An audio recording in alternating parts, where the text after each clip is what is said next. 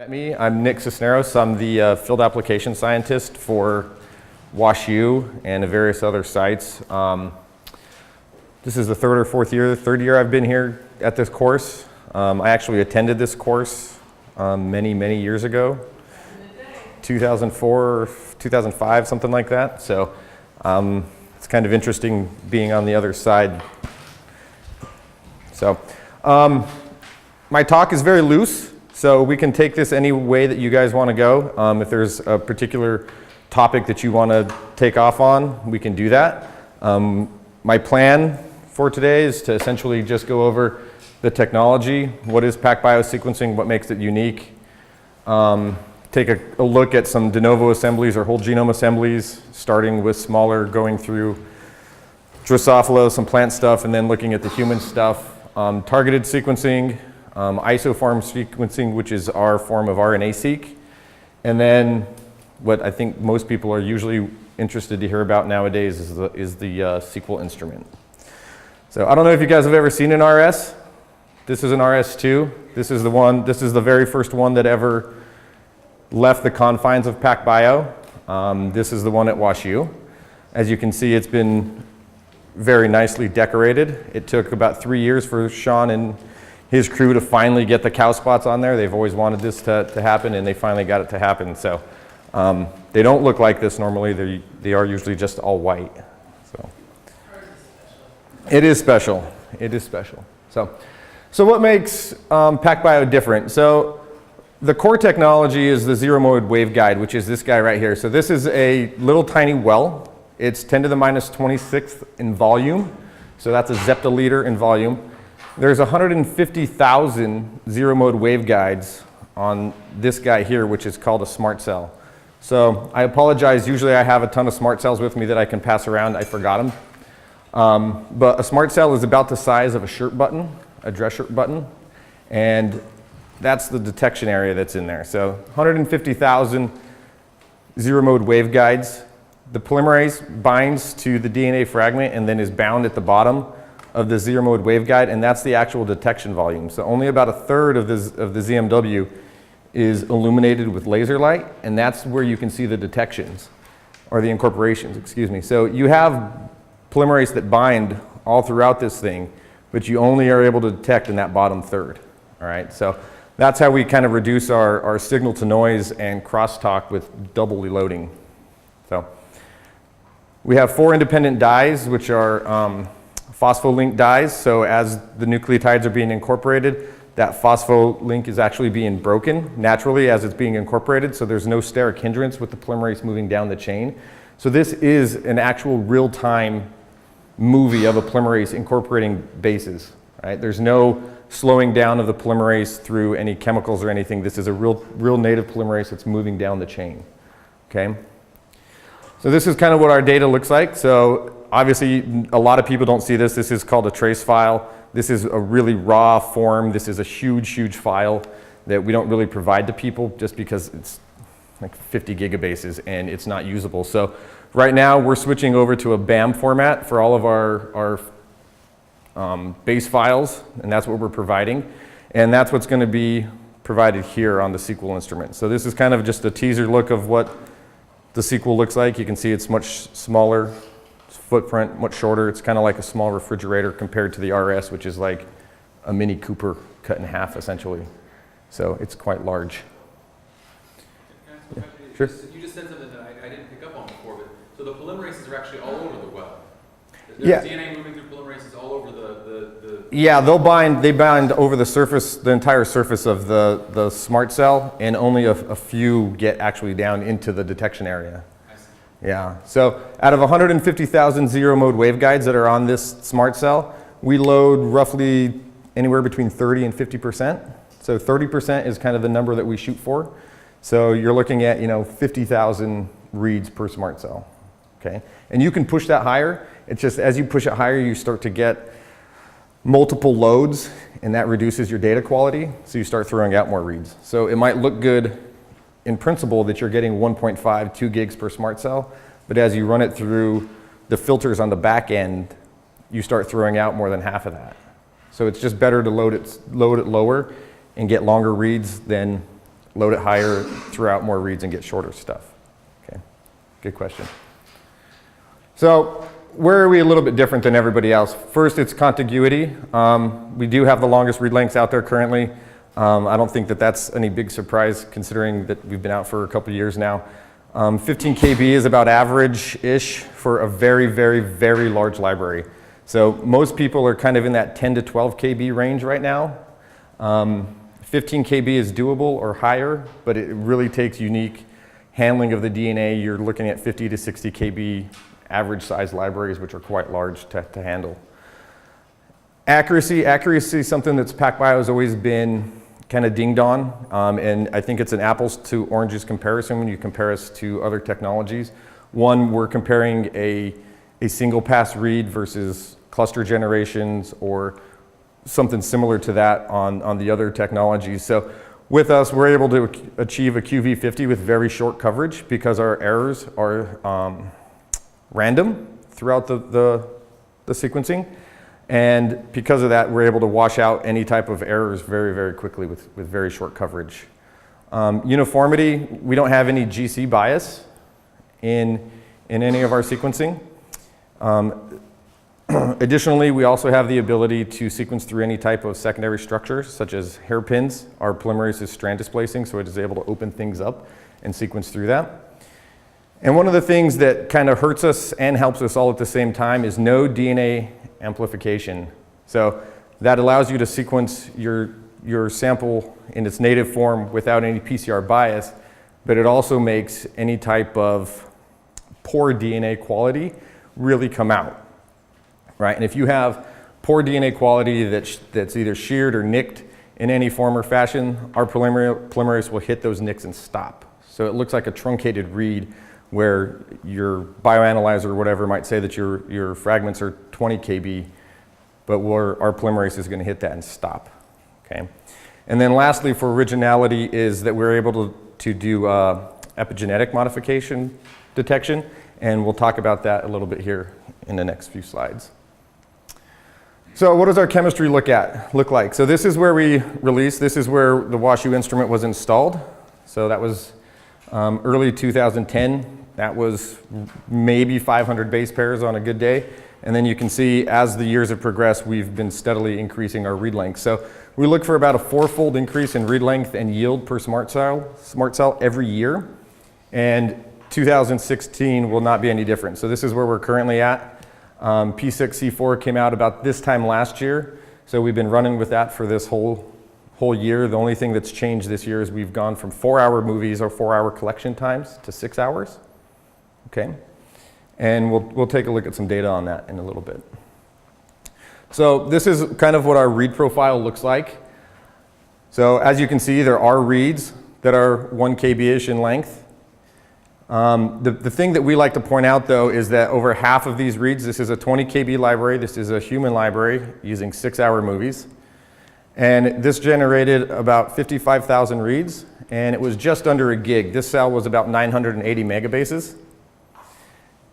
And over half the reads are greater than 20 KB. So that's really important when we start talking about the assembly algorithm that we use, HGAP, because HGAP takes these long reads as a first step to assembling your genome, okay? So all of these reads in the past used to be thrown out. In early PacBio assemblies, all of these reads were thrown out because they were shorter reads that didn't have really a use in the assembly. So with our new HGAP process, all of the PacBio reads are now used. And that's been the case for about 3 years now. So again, we're just talking about accuracy and consensus. This is just showing in a coli library. This is pretty easy stuff to assemble now. But at a QV50, we're able to get there with 30x coverage. And this is holding true pretty much for any type of haploid genome. A diploid and ploidy adds complexity to any type of assembly. So this changes a little bit. But any type of haploid genome, about 30x to 40x coverage, and you're able to hit that QV50 mark. So this is the library prep process. We're starting with just double-stranded DNA. You're shearing it to your length that you're wanting to use. So For most de novo type applications, you're going to be sharing as big as you can, so in that 30 to 40 kb range. You're going to end repair, so blunt end the ends. You're going to ligate on a hairpin adapter, anneal a primer into those hairpin ends, and then bind a polymerase in sequence. Okay? This whole process, it can take you a day. Like our stuff will tell you it's completed in 3 to 6 hours. That's if you're making the small libraries. If you're going to make big stuff where you're trying to go after a human genome or a wheat genome or something large, you're looking more at probably a day and a half to 2 days. Just because this step of binding the polymerase is about a 4-hour step for these larger libraries. So I don't want you to believe all the marketing material here because it is a little bit misleading in that sense. Okay.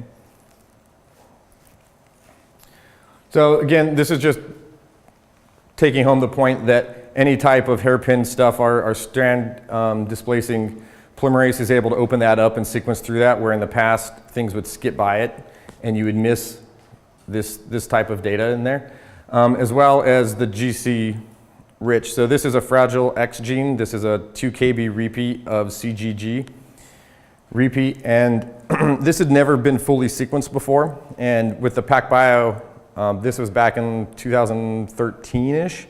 This was able to be sequenced in its entirety. So they were able to see unique sequence on the forward and the back end of that. So lastly, with the technology, this type of information kind of comes along for free. We weren't really sure that this was actually what it was when we first saw this. So when we were looking at our enzyme kinetics, we'd noticed that there were these types of speed bumps where you'd see this big pause right here, and we didn't really understand completely what that meant. And as people started looking at the samples that they were looking at, they realized that these speed bumps were actual modifications.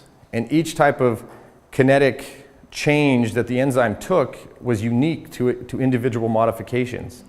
So 5-methyl-C looks much different than a 6-methyl-A. So you can distinguish that, and you get this type of information essentially for free with your sequencing. You don't have to do any type of new library prep. You don't have to do any type of bisulfite type of treatment. This is there with your normal sequencing data. So I think that there's going to be a lot more work along this realm moving forward, just because I don't think people have fully looked at what base modifications have to do, in gene regulation, et cetera. Any questions on the technology? Yes? What's the depth that you have to get to see 5-methyl-C? 5-methyl-C is pretty high. I want to say it's probably 100x coverage minimal to see a 5-methyl-C. So each one of these modifications has a different coverage amount. Most of them are in that 40x, 30 to 40x coverage where you can see it. 5-methyl-C, which everybody's interested in looking at in human, it's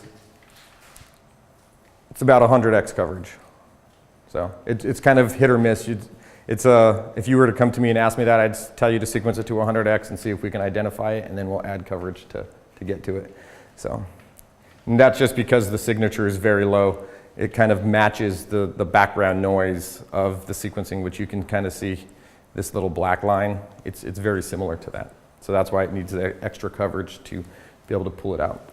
Have you been able to look in areas of the genome that are going to be differentially methylated and actually use this to distinguish maternal, paternal, imprinted loci? What I'm thinking about. Yes, so you can.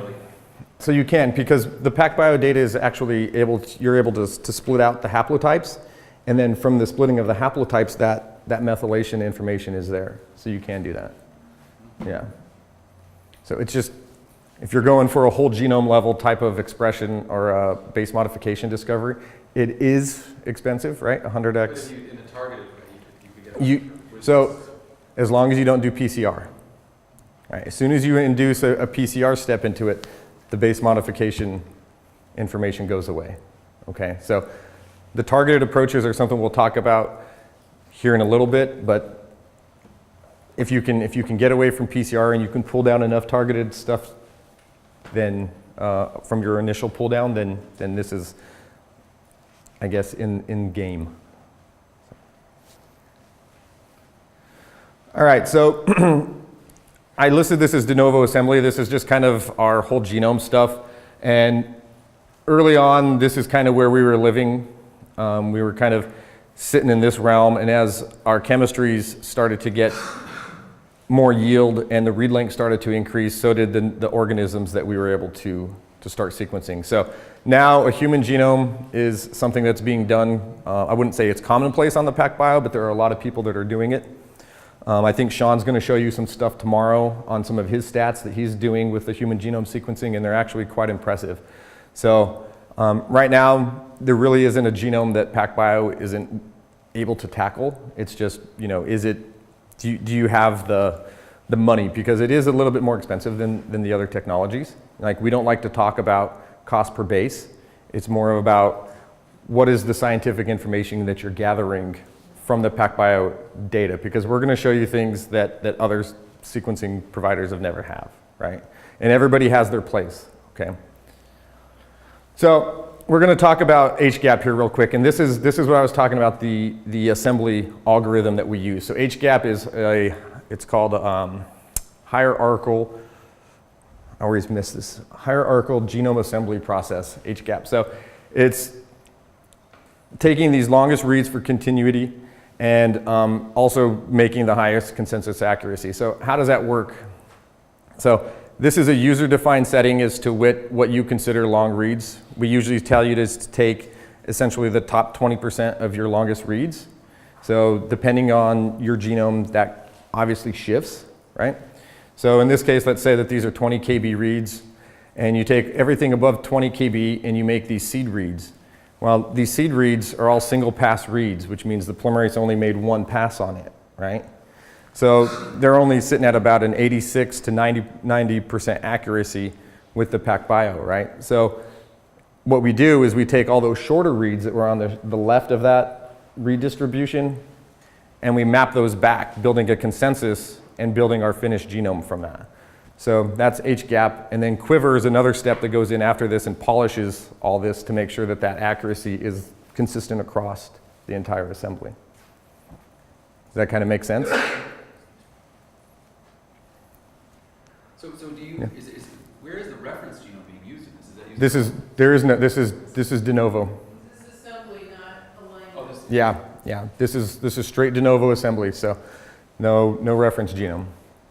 So usually what happens in that case is you'll make your assembly here, build your own kind of reference, and then compare it to either what was previously done or throw that data all together. So at what point in this do you take into account like the quality of your reads? So you don't have to take into account. So this really, these seed reads are, yeah, you're putting together these big 20 kb reads and making these seed reads, right? So and this is 20 kb that turns now into like 1 meg, right? Stretches. And this is, say, 86% accurate. Well, now all these shorter reads now come back and map back to this or assemble back to this to error correct it, to wash out that error, because we don't need very much coverage. 20x, 30x coverage washes out that random error very quickly, right? So these shorter reads mapping against that, building that consensus, turns this into a QV50 assembly very, very quickly. So the accuracy of the raw reads doesn't really matter here, because it's the nature of the error, and the nature of the PacBio error is that it's completely random, so it washes out quickly. Does that make sense?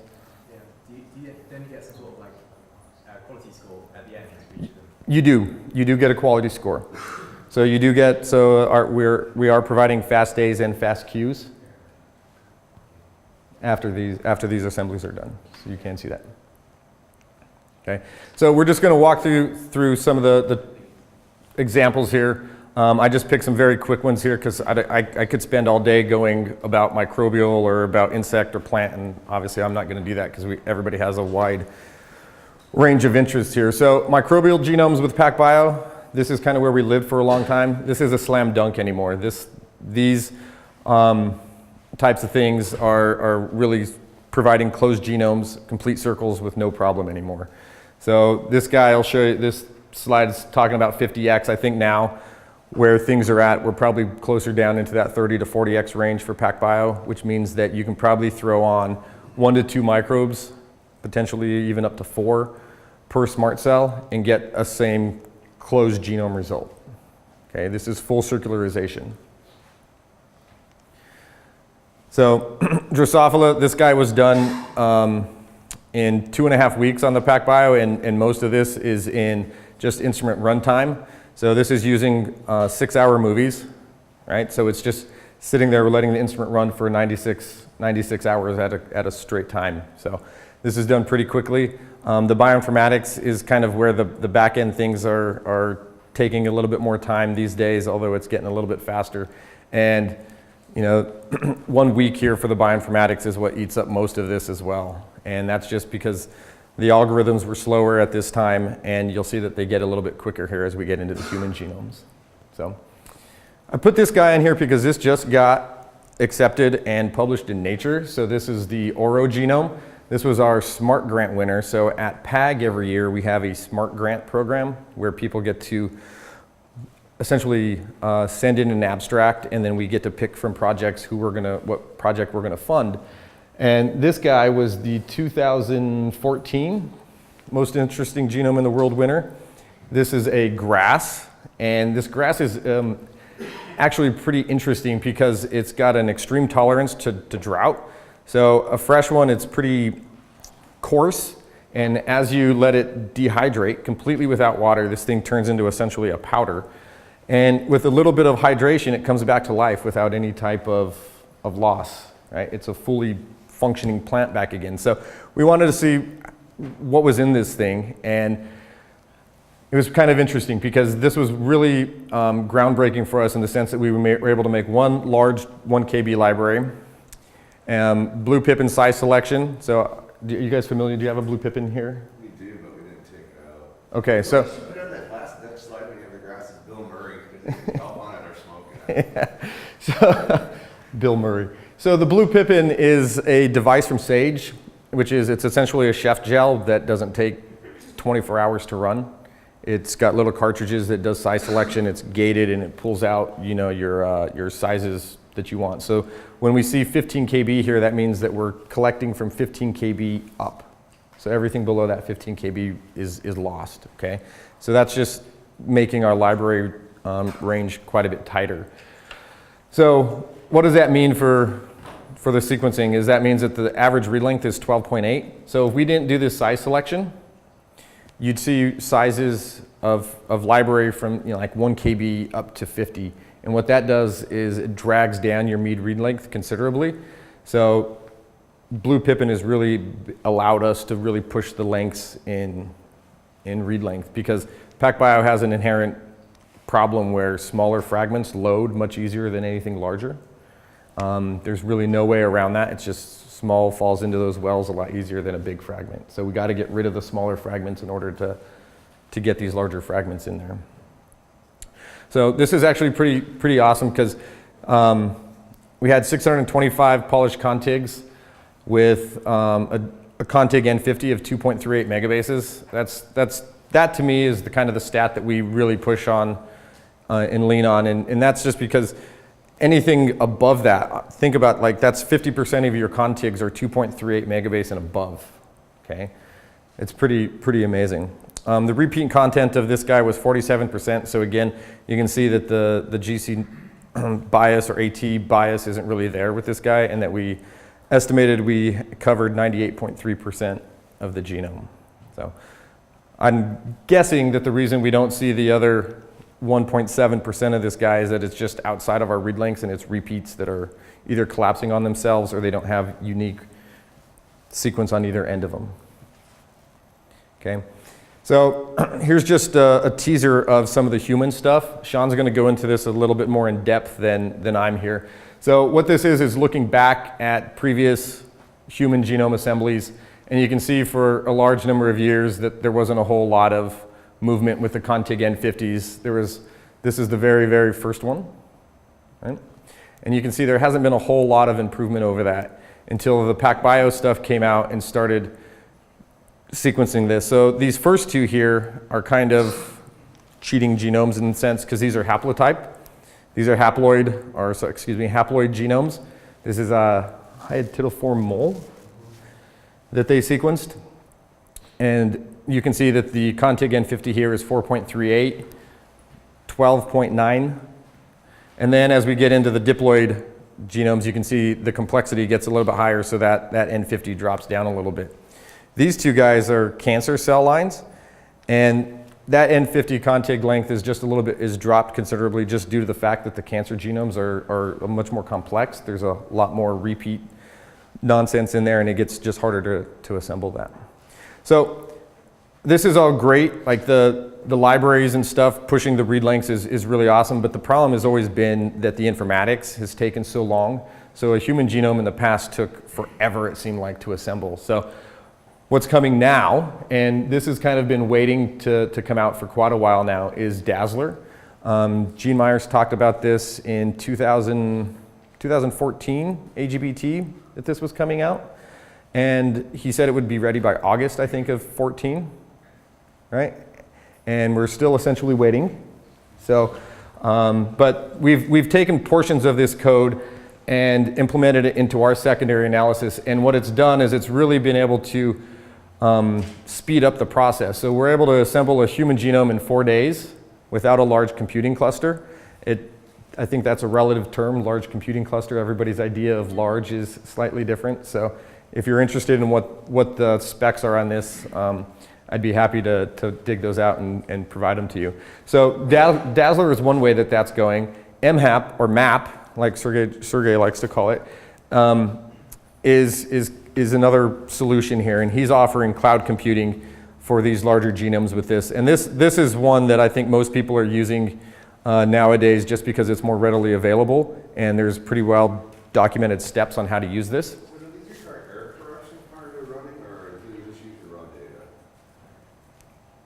For Dazzler? So it's essentially, I think you're running through HGAP and then going into this guy. So you're error correcting with HGAP and then throwing the HGAP reads into both.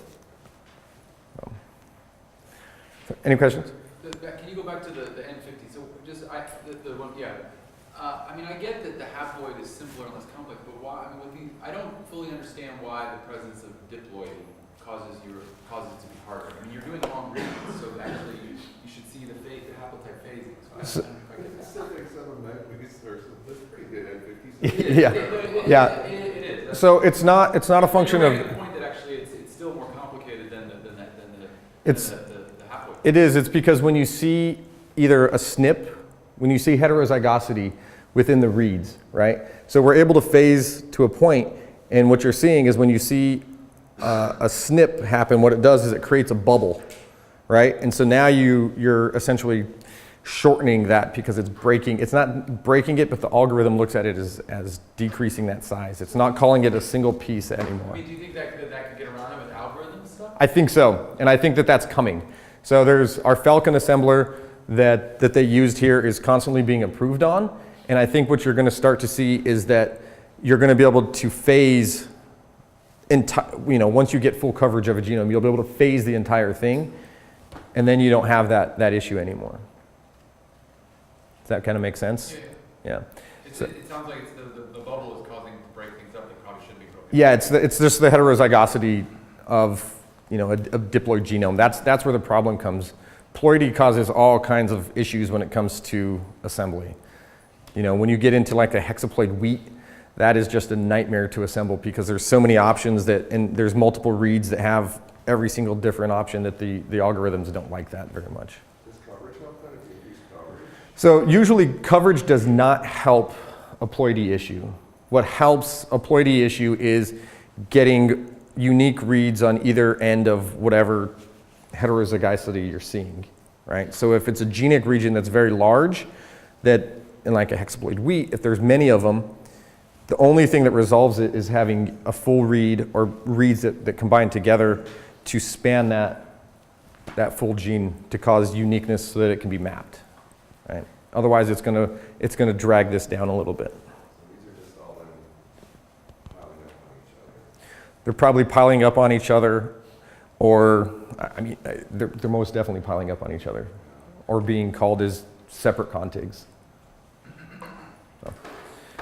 So I was going to step forward a little bit because we talked about whole genome stuff, so and go into the targeted stuff, because really, you know, a human genome on the PacBio system is all fun and nice and everything, but we're looking at what 38 packs is what Sean is running essentially per human genome now, and you know that's not always cost effective for everybody. So there are other options now, and one of those is this is recently released from NimbleGen. We've partnered with NimbleGen to use their seq capture protocol.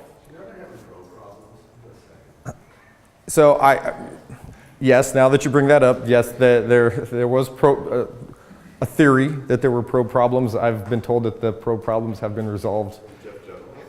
So that shouldn't be a problem anymore. So one of the advantages of using the PacBio's easy sequence capture technique is that in the past it was a 200 base pair capture. Now we're capturing 6 kb and above. So the protocol that we suggest is shearing stuff. The slide says to 6 kb, it's actually to 10 kb. So you shear your sample to 10 kb, go through the size selection and sequence capture protocol of hybridizing with probes and the bead capture and washing, et cetera, and then pulling down that library, and now you have your PacBio library, right? So these are going from a 200 base pair capture previously to now essentially a 6 to 8 kb target, right? So you're seeing things that are outside of your target range, essentially. You have it, you're going someplace. Yeah, you know, post-capture 6 kb, then you have a PacBio library. So is there amplification post-capture? No, there's no amplification post-capture, but there is amplification in here. How the hell do you quantify? I mean, there's no. So how much material you guys get post-capture? It's usually in that kind of 1 microgramish range. How much are you Depend. putting in? Not very much. Well, it depends. It really depends on your target. So when you look at this, I'll show you why. So when you look at this, this is a human MHC. So these are all custom panels from NimbleGen. Actually has the same thing too. That's right. So when you're looking at custom panels like this, right, they're looking at a very wide range of the genome. It's a huge target. So in this case, it's a 5 megabase target. So if you're pulling multiple samples from individuals like this, it's very easy to get to the PacBio input required amounts. How many samples? Well, this one, I think this is only one. This is from one. I'm not trying to bust your chops. No, that's fine. So this is one sample. This is one human sample here, right? And this was all done with our applications lab, which is essentially our kind of our R&D type lab. So the values here, this was probably 200 nanogram input, right? This is the hybridization. No, I'm talking about final library, going into our library prep. Library prep. So going into this step. Okay. I would think you'd have to put in milligrams of DNA to get that much out. No, it's not. Yeah, I know it hasn't been milligrams. I know they've, yeah, but. How many smart cells? So this guy is one smart cell. That's why they don't use Yeah, that's why, that's right. We're not sequencing 50 smart cells, it's just one. So this is one smart cell, and this one 5 megabase region is providing 100 to 200x coverage of that region. So you can see this is the kind of the coverage guy here. There's a little bit of off-target stuff, but not much. So that's MHC, so that's chromosome. That's 6 and And so what is the other, so yeah, where's the off-target on the other thing? So you guys don't have that. it's, yeah, that's not on here. But this is an oncology panel that's kind of showing, so this top bar is the probe location, and then this is the observed coverage with PacBio. So you can see that there is fairly uniform coverage hitting every single probe and target that's there. Right now, we are suggesting that if people are interested in this route, that we don't handle necessarily the upfront NimbleGen portion of this. That's all Roche that handles that. So everybody has a Roche representative that they know and love, right? So you need to contact them for the upfront cost of the Nimblegen stuff. I don't have that off the top of my head, but there are a number of panels that are currently available for them.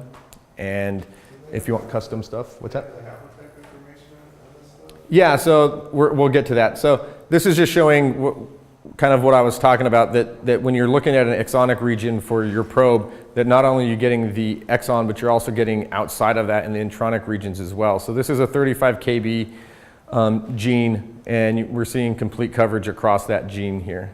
So when we start looking at that in comparison to the short read stuff, and the only reason I threw this up there was because the Illumina stuff has always been great on target, right? They're looking at exonic regions, and that's always been the way that this has been done.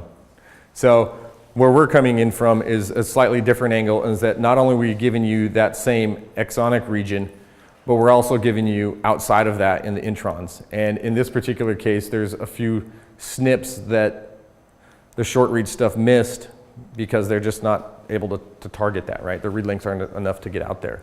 Is that scientifically applicable? Well, that's still, I guess, left to be seen, right? Like, what do these off-target SNPs mean in the long run?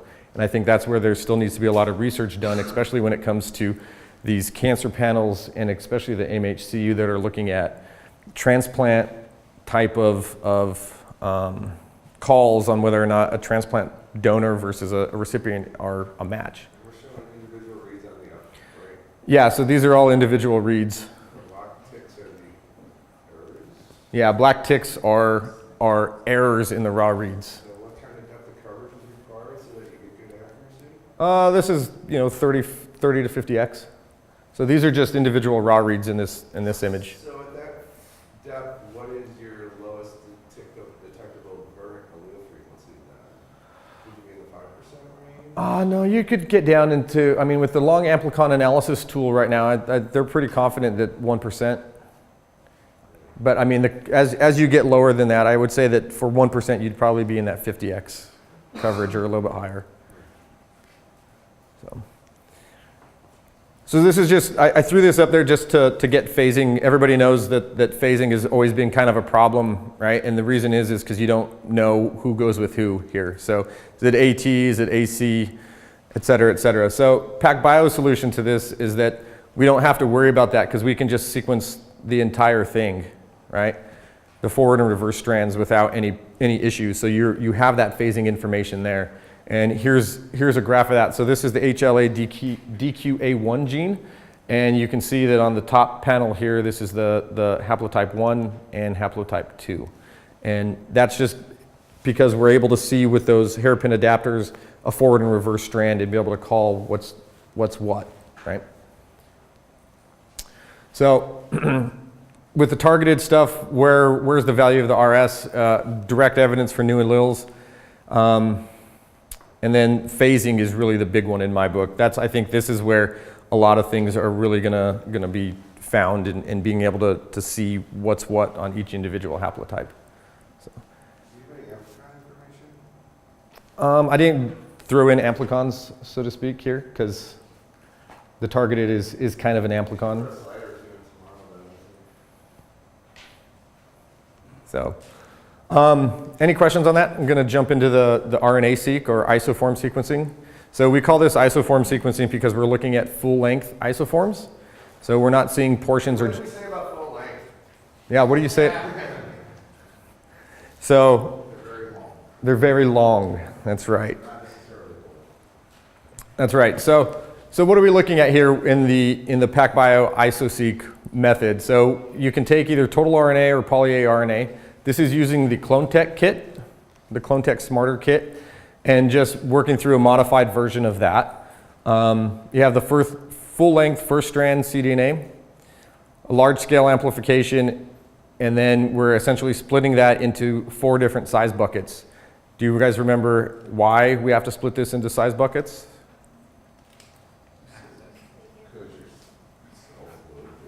It's because the bigger reads, this 10 kb, 5 to 10 kb reads, will never ever load with a 1 to 2 kb read in there, right?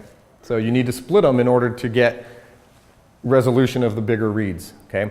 So you split those into 4 fractions, go through our library prep, and then sequence that. You guys normalize? Huh? We do not normalize, although it is being worked on. So, We have a protocol. yeah, Vince and Sean do have a protocol for normalization. Are you sharing it? No, we showed them already. Okay. So, Yeah, it's just go like a kid. It works perfect. yeah, if the kid is working that day, right? Yeah, I do this. So that's kind of the workflow here. And then what we're looking at is, in the old process was, you know, if you had all these different isoforms, you're able to see these exonic regions that that the short read technologies provide, but you weren't ever really able to resolve the connectivity of these guys. Whereas PacBio stuff, we're able to just sequence straight through all of these. So it's essentially isoform phasing, essentially, in that you're getting a full-length read all the way across and being able to see poly A tail through 5' UTR. You're not You're getting a very long read, though. Have some Yeah. lifetime information. Yeah, yeah. It's not, and that's true. It's not every read is like that, right? You guys have done the analysis. What would you say? 30%, 40% are full length ish, like that nature? The problem is we don't cap it, so I couldn't tell you because I don't have the full 5' UTR. Right? Yeah, that's I true. mean, I might get to the first exon, you know, Yeah. easily. But So, Obviously, the smaller ones, you're gonna get more. yeah, yeah. At 5 and 10 bucks You're kind of guessing there. So, I usually tell people to assume you're going to get about 30 to 40% full length stuff, right? And I'm always I'm in the mindset of being very conservative in those numbers. So, under promise and over deliver type of deal with you there. So just keep that in mind. Have you ever been able to see an example in which, again, in a cis fashion, there's a variant that influences splicing, and then you can actually also see that in cis, that variant, that splice variant predicts a correlation with a splice isoform? That would be cool. You might predict that you could do that. I don't know. The Norexin paper might have something like that in it. I'll have to think of that.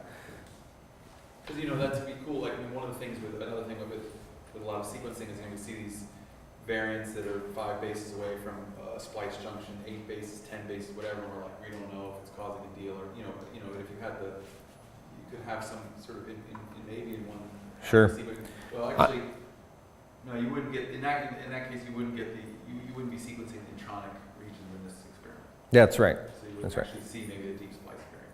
Yeah. I mean, splice variants are definitely. So the issue with that, though, is like just the representation or coverage with this. If you're doing an RNA-seq strategy, one, especially if it's not damn normalized, because you know you might only get 2 or 3 reads for this gene for these isoforms. So like normalization, like we were talking about yesterday, would help bring that number up. The other thing you can do if you're really interested in that is that take these cDNAs and do a hybrid selection and enrich for specific genes and try to get that depth of coverage, right? And see if those kinds of artifacts or phenomena are occurring.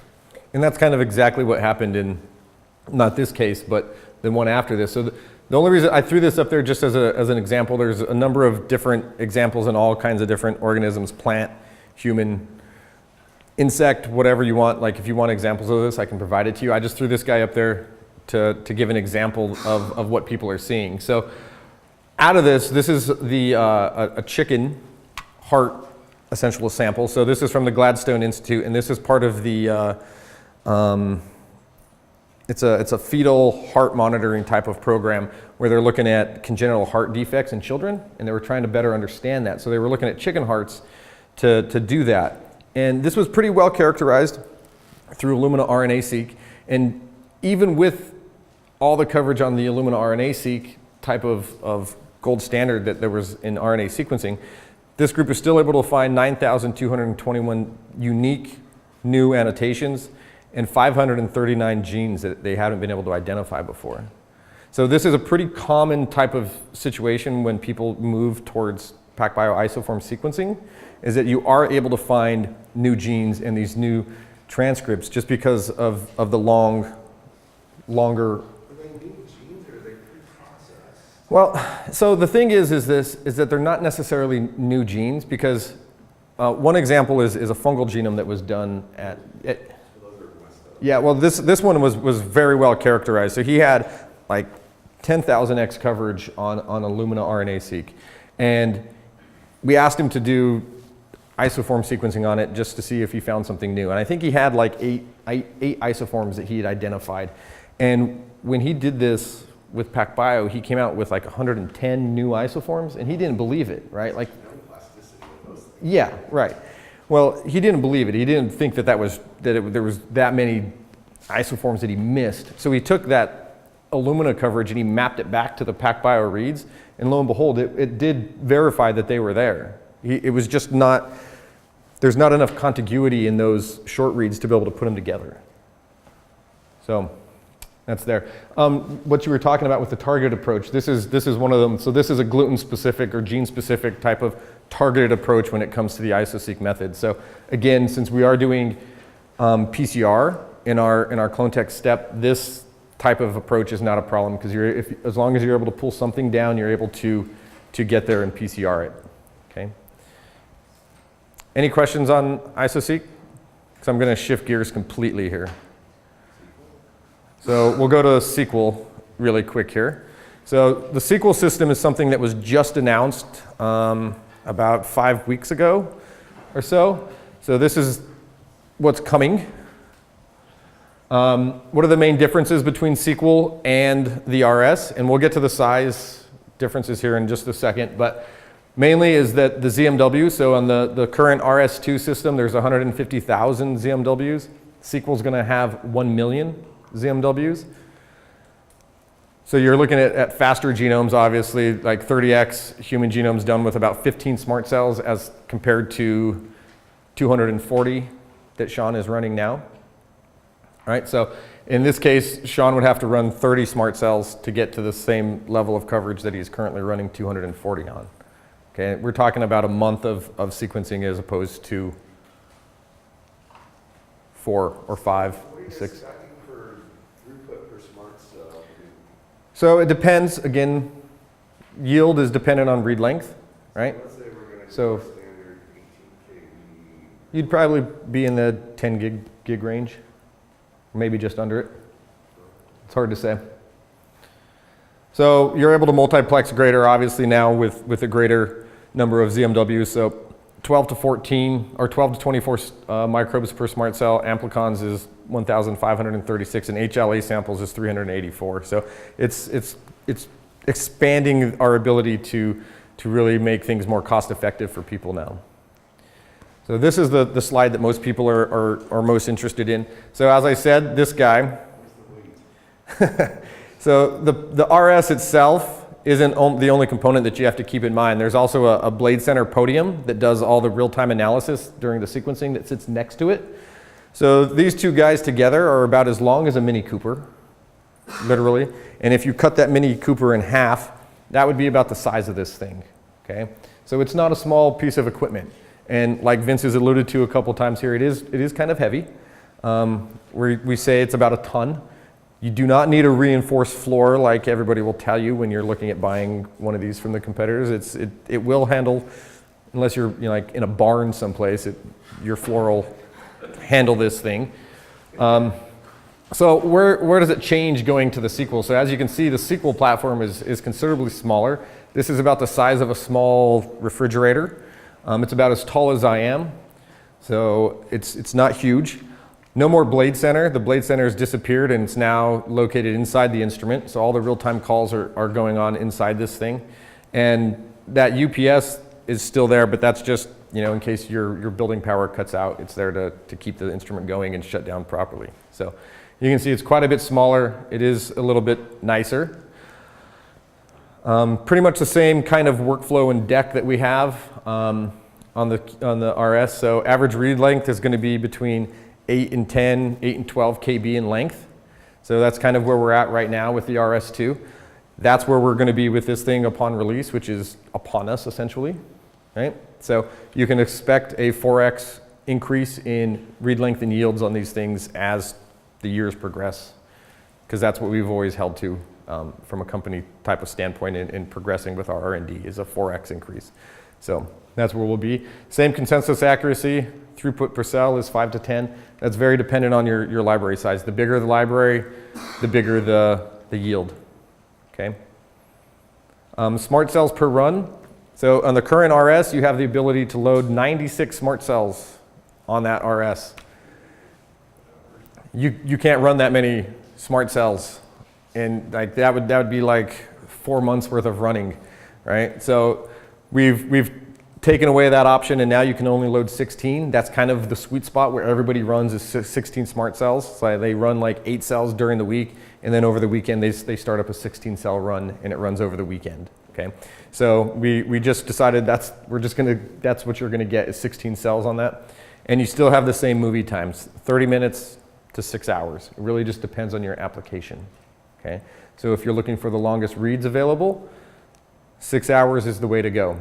If you're doing short stuff, amplicon type stuff, then 30 minutes or less is, or 30 minutes or slightly above it is the way to go. 2 hours on my amplicons. Yeah, I mean, most people do, and all that does is since you have a hairpin on each end of a double-stranded fragment, it just turns it into a circle. So it just produces greater consensus accuracy as it goes around that circle time and time again. So these are just some project examples. So you're looking at 10x coverage of a human genome. You're looking at 30 hours, 5 smart cells, and it's about a $3,000 cost. Okay. So the yield and the outputs on this guy are really driving the sequencing costs down considerably. 50x coverage of a human genome. You're looking at 150 hours, 25 smart cells, where Sean is running 240 now for this same amount of coverage, can now be done on 25. Okay, and the cost is, I don't even know what the cost is from your guys' standpoint, but $15,000 is, it's spendy, right? 7 to 8 times that. Yeah, so you can see this is considerably cheaper, yeah. Just a bit, a silly question. So you said you can load 16 smart cells at a time? Yeah, On these? let me see if I can get a picture. So these are the smart cells right here, see these black things, they're in strips of 4, and they just load into the instrument. You just slide them in and they lock down. Yeah, so it's very user-friendly. The current system is very user-friendly, almost idiot-proof. A lot of customers complain about the fact.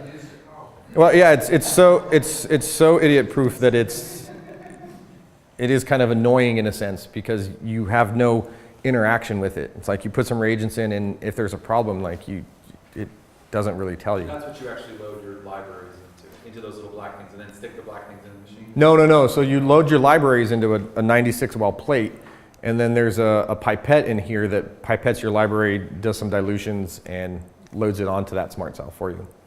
Yeah. So all you're doing is making the smart bell libraries, putting it into the instrument with polymerase bound to it, and then it handles putting it on the smart cell for you. Yeah, there'll still be mag bead loading. So one of the steps that I didn't really talk about is that in order to decrease that loading bias we call it mag bead loading, where we bind the smart bell libraries to a magnetic bead that then is drug across the surface of that smart cell. So it's essentially trying to give every fragment from 1 kb to 10 kb or 20 kb or 30 kb the same amount of chance to get into a ZMW as everybody else. So that's 10x coverage. The ISO-seq survey for a single sample, so it's 8 hours, 1 smart cell. I think that this is probably a little bit aggressive. And yes, Vince is over here shaking his head. I think that this is probably where we would be maybe this time next year with the system. Because right now, an ISO-seq survey is about 8 to 12 smart cells, and that's spread out over those 4 different size fractions. So this is saying 1 smart cell. I don't see how that would happen because you would still have the same loading issue here as you would. You're saying a million wells, but I'm not going to get a million reads. I'm going to get 300,000 reads, 500,000 reads. Well, so they are working. So by the end of next year, the ultimate goal would be, I think, to have super Poisson loading, at least on the RS. And then as super Poisson loading translates onto the RS, it'll move to SQL. So super Poisson loading is what we consider loading like 80% of the ZMWs per smart cell, right? So in the RS case, that's what, 100,000, 120,000, something like that? Yeah. Yeah. So yeah, you're probably looking from this guy about 300,000, 350,000 to 500,000 reads per smart cell. So, and then here's just a slightly different look of the deck. Again, the smart cells are here, your samples and stuff go over here.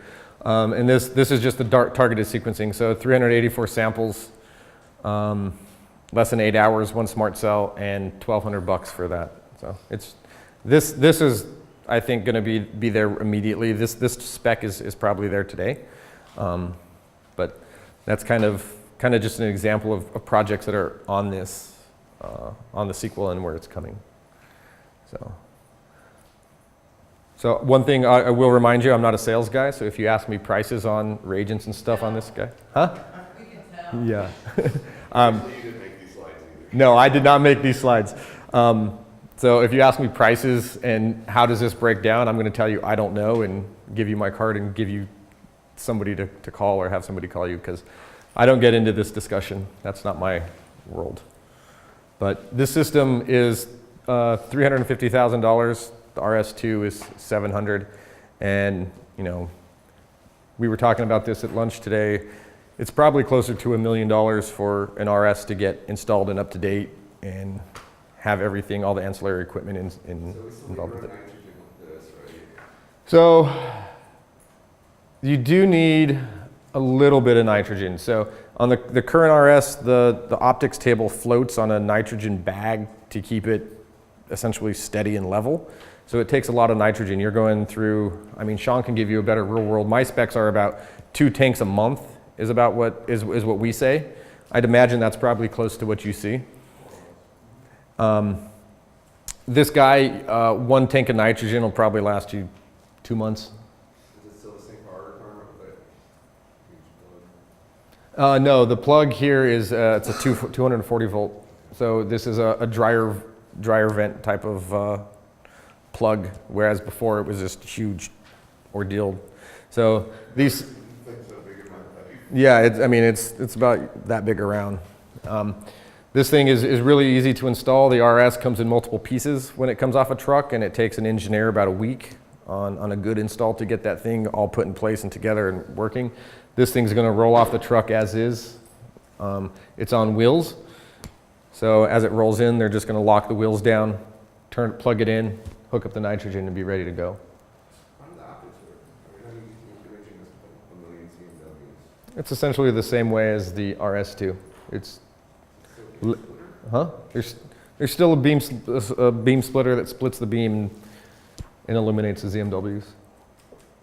So there's a lot of different things that have changed. Obviously, there's no optical structure underneath this guy, so it's a little bit different. Yeah. So that's all I had. So, and I'm right on time. 25 minutes after schedule. Yay.